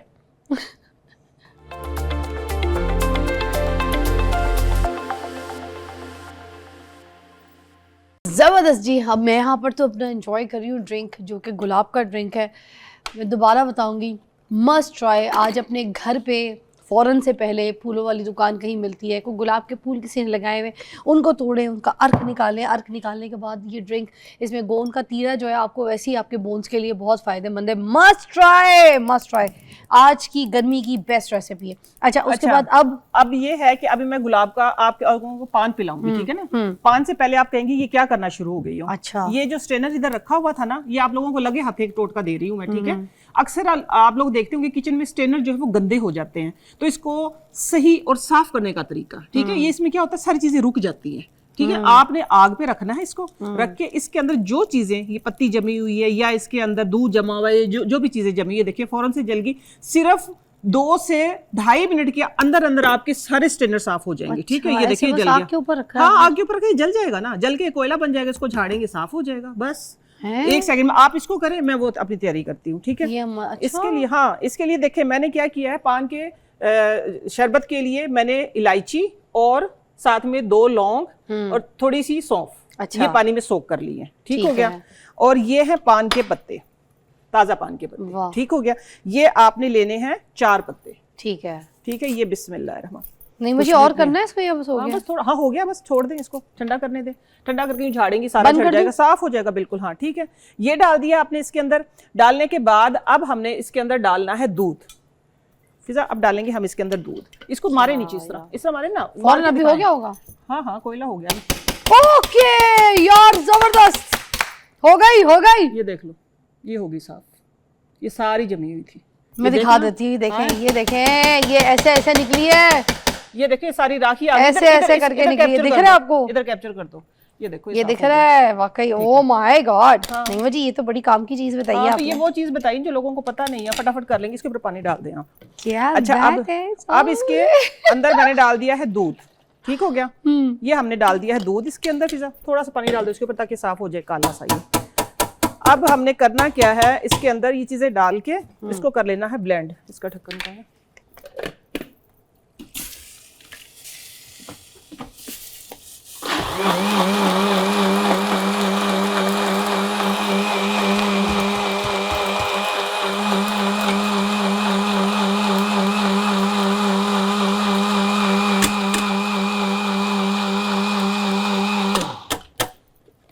ठीक है। क्या बात है जी, हो गया। हाँ।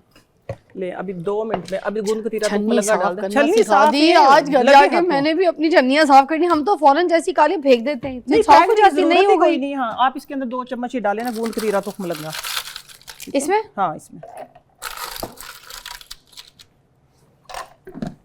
ओके जी, 2 चम्मच गूंद का तीरा डाल दिया, तुख्म लगा डाल दिया, तुख्म मलंगा और चिया सीड। अच्छा, इसके पीने से अब होगा क्या, आपको एकदम से रिफ्रेशिंग फील होगी। ठीक है, आपको अंदर ठंडक महसूस होगी। पान के पत्ते की तासीर ठंडी होती है। हाँ, पान के पत्ते की तासीर ठंडी होती है। हम इसको गर्म कर लेते हैं मुख्तलिफ गलत चीजें इसके अंदर डाल के। ये ले जी, देखते ही ये देखें आप, ये देखें अब कितनी अच्छी तरीके से स्ट्रेन होगा। हाँ। ये देखें, ठीक हो गया। ठीक है। ये सौंफ, इलायची, लौंग, अब लौंग वाला पान है। ठीक है, ये सारी चीजें इसके अंदर वो आई हैं। फिजा अब 2-3 गुलाब की पत्तियां इसके अंदर डालें। ठीक है, ये लें जी। अगली चीज डाल दें ऐसे। ये देखिए जी, पान आपने खाना नहीं है, पीना है। पान आपने पीना है। ठीक है, ले गिलास दें मुझे, अभी मैं आपको देती हूँ। ये वाला रंग कितना खूबसूरत निकला है। हाँ, रंग कितना खूबसूरत निकला है। अच्छा, ये शादियों का ड्रिंक बन सकता है आपका। ठीक है, ये देखें, ये इसके अंदर डालें, और डाल दिया ये आपका। ये देखें, ओह माय गॉड। चाहे तो आप इसके अंदर मीठे की जगह आप गुड़ का सिरप डाल सकते हैं इसके अंदर। ये गुड़ का सिरप मैंने बना के रखा हुआ है। ये देखें ग्रीन, ठीक है ना, ये ऐसे ही अच्छा है। हाँ ऐसे ही अच्छा, ठीक है ना, ऐसे ही अच्छा, बेहतरीन अच्छा है। अगर बहुत इसको अलग सा टेस्ट है, very nice, I like it. देखिए ना, आप गुलाब का शरबत कितने आसानी से आप बना सकते हैं। गुलाब का शरबत, सॉरी पान का मैंने शरबत बनाया। इसको आप शादियों के लिए, अभी आगे शादियों के सीजन आ रहे हैं, या आप ईद की, कोई भी ईद की पार्टी कर रहे हैं, तो आप इसमें एक डिफरेंट लुक दें। अच्छा, इससे होगा क्या, इससे होगा ये कि जब आप खा पी लेते हैं तो आप कहते हैं कि हमें कोई अच्छी सी रिफ्रेशिंग, खास तौर पे मुंह को फ्रेश करने के लिए कोई ऐसा ड्रिंक, सॉफ्ट ड्रिंक से जान छुड़ा लें।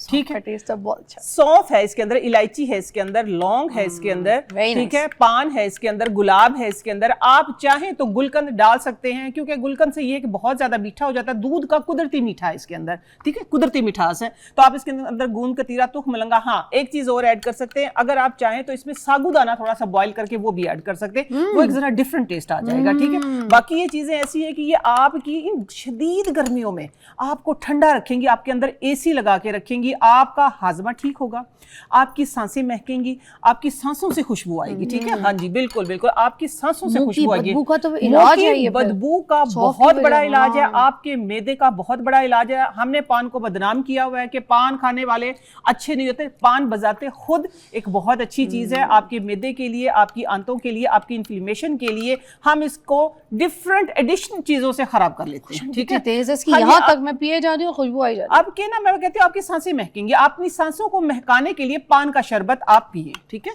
पूरी गर्मी में। अब आगे बात आती है यूरिक एसिड के, आगे बात नहीं आती, बहुत मुश्किल है। कौन सा अच्छा है, कौन सा अच्छा, कौन सा चाहिए, खुद बनाएंगे तो पता चलेगा। मैं बताऊं मेरा फेवरेट कौन सा है?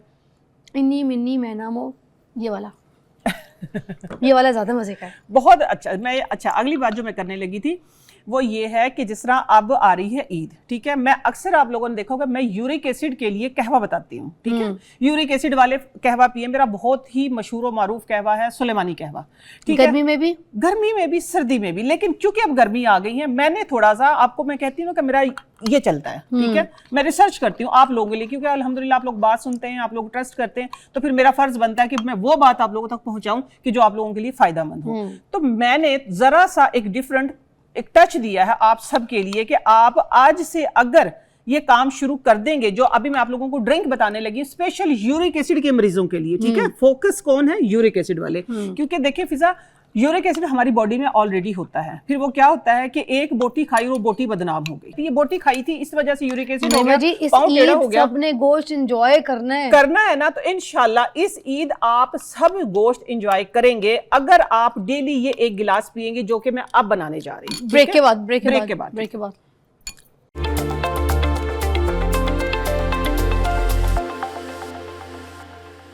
अच्छा, वेलकम बैक। क्योंकि हमसे बर्दाश्त नहीं हो रहा, अब खाने वाली चीजें जो है वो इसी ब्रेक में हम कर रहे हैं। ये एक तो रांझा गोश्त, चटनी है, हाँ। और ये वाली जो आप यूरिक एसिड के मरीजों के लिए जो मैंने बनाना है ड्रिंक। ठीक है, हाँ, ड्रिंक बनाना है आज। कहवा हमेशा बनाती हूँ, लेकिन गर्मियों को मद्देनजर रखते हुए मैंने क्या किया, मैंने ड्रिंक बनाया। अच्छा, ये किया क्या था, ये किस चीज के मैंने छिलके उतारे हैं सारे के सारे। मैंने इसके अंदर लिए हैं 3 टमाटर, 4 सब्ज मिर्चें, और इसके अंदर थोड़ा सा लहसुन के साथ थोड़ा सा नमक डाल के 1 कैरी उसको काट के, ये देखिए इसको मैंने अब ये सारा छिलका इसका उतार दिया है। ठीक हो गया, ये इसके टमाटर की हमने ये उतार दिया, मैं घर से हाफ ही डन करके लेके आई थी। ठीक हो गया, ये फिजा अब आपने इसका चूल्हा क्योंकि ऑन है नीचे, आपने इसको कर देना है मैश। इसके अंदर जाएगा खीरा, इसके अंदर जाएगा अब प्याज बाद में, साथ में झटपट बनने वाला है। ये आपके हाजमे को आप ये कहें कि A1 कर देगा, ऐसे A1 जिसको कहते हैं ना, जो कैसे करूं मैं? मैश करने वाला रखा हुआ है इधर, ये रखा है। ठीक है, मैशर रखा हुआ है। अच्छा, अब आ जाते हैं इसको, फिजा मैश कर रही है, इतने मैश के अंदर जो सब्ज मिर्चें हैं उसी की मिर्चें जाएंगी। ठीक हो गया, और इसके अंदर क्या जाएगा बाद में, हमने खीरा और साथ में डालनी है प्याजें। अच्छा जी, अब आ जाते हैं हम रांझा गोश्त, एक सकाफती डिश है ये। इसको मैंने पकाना तो नहीं, चूल्हा ऑन करना, सॉरी, ऐसे।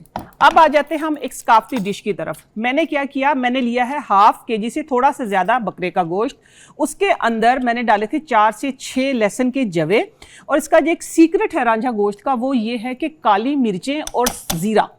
आपने अमूमन सुना होगा कि जीरा और जो धनिया होता है हम वो रोस्ट करके डालते, नहीं, इसमें आपने काली मिर्चें रोस्ट करनी है, किसके साथ? जीरे के साथ। बस उसको जरा सा दरदरा कूटे और डाल दे, साथ में नमक डाल दे, चौथी पांचवी छठी चीज कोई नहीं जाएगी। अच्छा, ठीक है, कोई चीज आपने कोई चीज नहीं, कोई हल्दी नहीं, कोई मिर्च नहीं इसके अंदर, कोई आपने धनिया गरम मसाला और कोई चीज नहीं डालनी। अच्छा। सिर्फ ये, हाँ, अब ये पकेगा सही, ये सही जब पक जाएगा तो इसका जो आखिरी जो चीज है वो ये है कि ये मोटे वाली सब्ज मिर्चें जो हैं ये हमने काट के इस पे दम पे रख देनी है। जब इसको खोलेंगे तो पूरे मोहल्ले में इसकी खुशबू जाएगी, पता लगेगा कि रांझा गोश्त बना है। जबकि इतना मशहूर है तो ये तो कोई अनाड़ी भी खड़े होकर बना सकता है, आराम से। इसको इतना मुश्किल कर दिया है, मैंने 2-3 जगह खाया, मैं कहती हूँ ये तो रांझा गोश्त है ही नहीं। रांझा गोश्त इतना इजी। अब इस ईद पे आप आराम से रांझा गोश्त बनाएं और इंजॉय करें। देखिए इस तरह, ये अच्छा, इसमें कहाँ की बोटी डालनी है ज्यादा? ये जो मछली वाली है, ये देखो ना, दस्ती वाला, दस्ती आता है।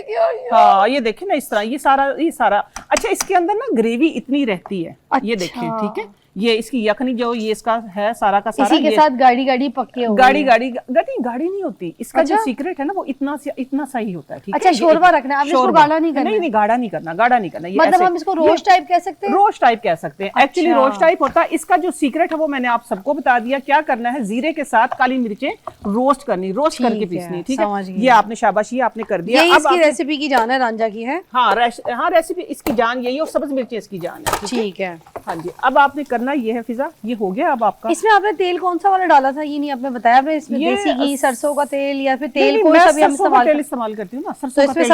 सरसों का तेल अब आप इसके अंदर ये डाल दें, ठीक है। अच्छा, ये डाल दें अब इसके अंदर, ये मिक्स करें। ये आपने हर खाने के साथ खानी है। खीरा प्याज दोनों चीजें जाएंगी इसके अंदर। टमाटर इसके अंदर हमने मैश कर लिए हैं। ये आपके बिल्कुल सालन की तरह बन जाएगी। आपने हर सालन के साथ खानी, या सिंपल आप दही की लस्सी बनाएं और साथ में ये रोटी के साथ खाइए, इसके साथ मिक्स कीजिएगा, अपनी मैश करना, ठीक है। तो आप इसको अपनी डिश में रखें, निकाल के रोटी के साथ खाएं। अब आते हैं हम यूरिक एसिड के मरीजों के लिए स्पेशल मैं किस चीज का आज ड्रिंक बना रही हूं।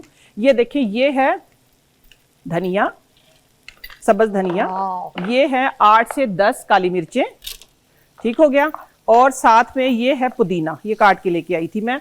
और जरा सा टुकड़ा हम डालेंगे इसके अंदर, छुरी देना उसके अंदर से, हम डालेंगे इसके अंदर अदरक, ठीक है। अदरक और लेमन, अदरक डालना है एक सिर्फ। जवा आप अगर आप पसंद करते हैं तो लहसुन का डाल सकते हैं, अदरवाइज आपको जरूरत बिल्कुल भी नहीं है, ठीक है। ये छुरी दे दे मुझे। इसके अंदर आप थोड़ा सा अदरक डालें। आप देखेंगे यूरिक एसिड ऐसे भागेगा कि जैसे था ही नहीं आपके पास, ठीक है। अच्छा, हाँ, ऐसे बिल्कुल। बिस्मिल्लाहिर्रहमानिर्रहीम। तो ये रोज कितने दिन इस्तेमाल कर सकते हैं? अभी ईद आने से पहले तो लगातार। अच्छा जी, ये है देसी शक्कर, ठीक है। ये है देसी शक्कर। आपने 2 तरह की शक्कर है। ये पेशावर की शक्कर आई हुई, एक खोलना, मेरे हाथ चिकने हो गए हैं थोड़े से। ये लें जी, ये देसी शक्कर है। बस इसको, ये 2 चम्मच मैंने डाल दी है शक्कर इसके अंदर, और थोड़ा सा जाएगा काला नमक। खोलना, वैसे ड्रिंक मजे की होगी। हाँ, ये खोल दे मुझे, ठीक है। काला नमक भी जा रहा है, काला नमक, ठीक है। काला नमक, शक्कर, पुदीना, धनिया, अदरक, ठीक है। इसी का कहवा बनता था पहले।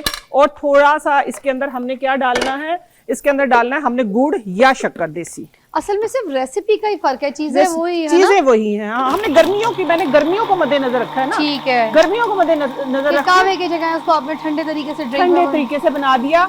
अब पीना किस तरह है, निहार मुंह, डेली 1 गिलास आपने, और 1 गिलास आपने असर के टाइम। अच्छा। इंशाल्लाह ईद तक अगर यूरिक एसिड आपका 10 से ज्यादा है, इंशाल्लाह आपकी एवरेज 6 तक होता, आई थिंक सो, मुझे इतना है। हाँ, 6 तक आ जाएगा, ठीक है। ठीक है जी। और कोई नुकसान भी नहीं है, सादी हर्बल चीजें जो इस्तेमाल करें इसका फायदा ही होगा कहीं ना कहीं। ये फिजा वेरी नाइस। ये देखिए फिजा, ये बन गया ड्रिंक, ठीक है। ये हमारा बेहतरीन किस्म का आपका यूरिक एसिड ड्रिंक बनके तैयार हो गया। मुझे वैसे यूरिक एसिड नहीं है, मगर आप मुझे भी पिला दें, कुछ नहीं होता, फायदा ही देगा। यही मैं बातें बताती हूँ, इस तरह की चीजें आपके जिस्म में जाके फायदा ही देंगी, नुकसान नहीं है। ये देखिए, ये इसके अंदर हमने डाल दिया। बस फिजा, उसको बंद कर दो। हाँ, इसके अंदर सब्ज मिर्चें डाल दो, रांझा गोश्त के अंदर। ये तैयार होगी हमारी सारी चीजें। चलेंगे, ठीक है फिजा। ये देखिए, ये हो गया। ये भी दे मुझे जरा, मैं पी के ये आप पी के देखें। यूरिक एसिड के मरीजों के लिए आप यकीन माने एक तोहफा है ये। अगर आप डेली इसको कंज्यूम कर लेते हैं, सुबह निहार मुंह 1 गिलास, गन्ने का जूस लग रहा है। हाँ, थोड़ा सा बर्फ डाल लें। सुबह निहार मुंह 1 गिलास आपने लेना है। ये भी मजे का। हाँ, सारे लहसुन की बदबू क्यों नहीं आ रही? अदरक की आ रही होगी ना। हाँ। ये डालें। ये भी मजे का। तो गन्ने का जूस लग रहा है, शक्कर की हाँ, गन्ने का जूस लग रहा है। अच्छा, इसका सीक्रेट सिर्फ ये था कि आपने इसके अंदर आखिर में सब्ज मिर्चें डालनी है, ठीक हो गया। ये सब्ज मिर्चें डाल दी हैं। I love it. सब्ज मिर्चें डाल के आप इसको रख दें सिर्फ 2 मिनट के लिए दम पे। चलें जी। कोई हरा धनिया नहीं, कुछ नहीं, नहीं नहीं, कोई चीज नहीं डलेगी इसके अंदर, ठीक है। हाँ। ये चटनी आपके हाजमे के लिए आपने हर खाने के साथ खानी है, एज ए सैलेड खानी है, आपने सिंपल रोटी के साथ खानी, साथ में थोड़ी सी दही ले लें। और साथ में हाँ, एक जाते जाते एक और चीज मैं आप लोगों को बताऊंगी, यूरिक एसिड मरीजों के लिए एक बहुत बड़ा खास तोहफा है। इसके साथ ही सिर्फ 2 आलू बुखारे खुश्की है, देखिए 2 से 3 आलू बुखारे, लेकिन आप लोगों ने सिर्फ 2 आलू बुखारे लेने हैं। ये 2 आलू बुखारे रात को 1 गिलास पानी में सोख कर दें, सुबह निहार में उठ के जिस तरह आपने ये ड्रिंक पिया है 10 दिन ड्रिंक पी लें। 10 दिन आपने क्या करना है कि ये आलू बुखारे खा लेने, पानी पी लेना है और बस। क्या चीज मिला दी चटनी मजे की है, इतनी मजे की है कि जैसा वाकई मुंह में पानी आ रहा है ना। आज का शो मेरे टाइप का था, बहुत मजे का था, आई लाइक इट। और ये देख लें, ये जो प्लास्टिक की है ना, ये क्योंकि अभी हमारे पास ढक्कन नहीं था, ढक्कन नहीं था, डाली इसलिए। आपने तो आपने प्लास्टिक वाली नहीं डालनी है, ठीक है। अभी देखिए फिर इसकी खुशबू देखिएगा, अच्छा सब्ज मिर्च की साथ में। ये देखिए, ये मिट्टी की हंडी में किस लिए बनती है, एक तो सकाफती डिश है, दूसरा ये है कि मिट्टी की हंडी में ये देर तक पकती रहती है, ठीक है। हाँ, आजा, जो हमारा खत्म हो गया मगर चस्के हमारे खत्म नहीं हुए। मस्ट ट्राई दिस, नंबर 1 आज की रेसिपी में रांझा गोश्त नंबर टॉप। मुझे मैंने भी चक्का नहीं मगर खुशबू है बता रही है, मगर chutney is out of this world. और ड्रिंक में अब मैं बताऊं 1 2 3 ये नंबर 1 है आज, और वो भी नंबर 1 है और ये भी नंबर 1 है और वो भी नंबर 1 है, मैं ये कह रही हूँ। Thank you, had a great show, must try all the recipes. अल्लाह हाफिज, अपना ख्याल रखिएगा। अल्लाह हाफिज।